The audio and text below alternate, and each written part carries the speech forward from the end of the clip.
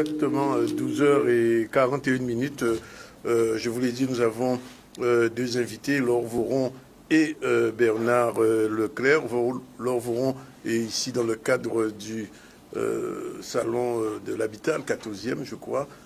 Samedi prochain, vous aurez donc une conférence sur la transition énergétique. Vous venez de la Savoie, où il ne fait pas très chaud en ce moment, j'imagine.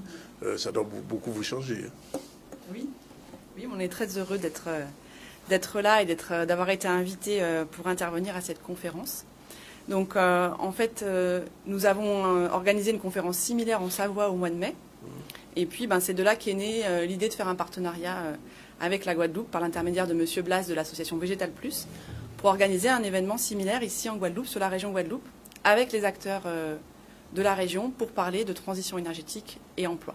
Alors, qu'est-ce que vous allez nous dire de nouveau sur la transition énergétique, puisque c'est aujourd'hui, on va dire, une information qui circule beaucoup. Tout le monde parle de transition énergétique. En ce qui concerne la Guadeloupe, qu'y a-t-il de nouveau? Alors, tout le monde parle de transition énergétique, puisque c'est quelque chose d'incontournable aujourd'hui et même d'urgent. Mais on parle moins souvent d'emploi. Et souvent, la transition énergétique est vue comme une contrainte. Oui. Et le fait de le voir comme une opportunité économique et une opportunité de création d'emplois, ça change un petit peu les choses. Il y a beaucoup d'études qui ont été faites sur le sujet et toutes montrent que aller vers une transition énergétique vraiment engagée et forte et entière, ça se solderait par une création nette d'emplois. C'est chiffré aujourd'hui par des études de l'ADEME ou du CNRS à plus de 400 000 emplois qui seraient créés au global en France à l'horizon 2030. Et au niveau mondial, on arrive à 18 millions d'emplois. Alors ça en a créé déjà en Savoie? En Savoie, oui. Oui. Alors je ne pourrais pas vous le chiffrer, mais en Savoie, on a beaucoup d'emplois pour tout ce qui est habitat, isolation, des logements, puisqu'on doit se protéger contre le froid. Chauffage aussi, utilisation d'énergie renouvelable pour la production d'eau chaude, pour la production de chauffage, pour la production d'électricité également. Et ici, c'est l'inverse, ce ne serait pas pour le froid, nous, chez nous. Ici, on essaie plutôt de se protéger du chaud, effectivement, mais l'isolation peut également être utile pour ça. Et puis, il y a des enjeux très forts en Guadeloupe pour la production d'électricité renouvelable, puisque la programmation pluriannuelle de l'énergie vise l'autonomie énergétique à l'horizon 2030 en Guadeloupe, c'est-à-dire la production de 100% de l'électricité de manière renouvelable, par le vent, le soleil notamment.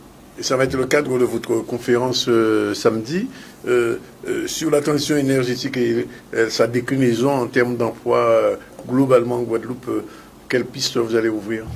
Ce qu'on va essayer d'apporter samedi, déjà, c'est d'apporter de l'envie à tous les acteurs de s'engager sur la transition énergétique. Oui.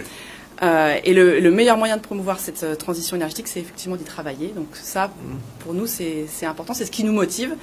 Et on n'est pas les seuls.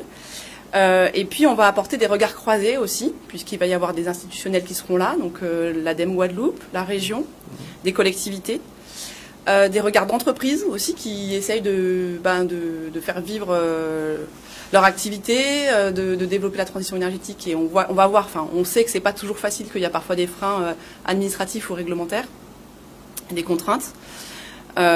Et puis également, les centres de formation seront là avec l'Université des Antilles et Guadeloupe Formation, qui est une sorte de formation continue. On peut penser que c'est une réunion, une conférence pour des spécialistes ou grand public? Non, c'est pour tout public. Pour tout public qui s'intéresse à ces questions-là. Oui. Et donc, sur le plan de l'emploi, parce que bon, on est dans un pays où il y a plus de 30% de chômeurs, donc quand on parle d'emploi, ça intéresse tout le monde. Est-ce qu'il y a des emplois directs qui peuvent être influencés par cette démarche? Comme je vous le disais tout à l'heure, la production d'électricité renouvelable, c'est un enjeu très fort en Guadeloupe. Oui. Et ça pourrait déboucher sur beaucoup d'emplois, à la fois au niveau des emplois au niveau de l'étude, pour étudier le potentiel ou l'opportunité d'une installation, des emplois de techniciens et d'installateurs, oui. Et puis enfin des emplois pour la maintenance de ces installations. D'accord. Et ça, c'est des emplois en plus qui sont locaux, on ne peut pas vraiment le délocaliser. D'accord. Et ça veut dire aussi une formation? Ça veut dire des formations, oui. Des formations sur l'électricité photovoltaïque, sur l'électricité éolienne. La géothermie également, il y a du potentiel de géothermie en Guadeloupe. L'ASTER, l'association dont vous êtes membre, elle est un petit peu, elle coordonne ce genre de choses, ou elle fait simplement des conférences? Non, l'ASDER, on a deux volets d'action. On a un volet conseil, conseil et accompagnement pour les collectivités locales ou les particuliers qui ont des questions concernant leur habitat ou leur bâtiment. Et puis on a une grosse activité formation, justement, c'est pour ça qu'on est là. Depuis plus de 30 ans, on forme principalement des demandeurs d'emploi ou des personnes en reconversion professionnelle, qui ont eu un passé professionnel et qui, à un moment de leur vie, décident de changer d'orientation, souvent pour des questions de sens et de motivation, et qui décident de se lancer dans ces emplois-là. Faut-il penser qu'après la conférence, vous resterez un petit peu plus longtemps en Guadeloupe pour pouvoir mettre en place ces formations? Alors, on est venu pour la conférence et également pour rencontrer Guadeloupe Formation, avec qui on espère tisser un partenariat et dupliquer une formation qu'on a chez nous depuis 30 ans, ici en Guadeloupe, évidemment en l'adaptant au climat et aux spécificités du territoire. Donc on a un rendez-vous jeudi pour ça. Et on espère que ça va déboucher sur quelque chose de concret. Écoutez, on souhaite bonne conférence samedi. On donne rendez-vous donc à partir de quelle heure cette conférence? À partir de 9h, jusqu'à midi. Jusqu'à midi. Conférence débat, conférence...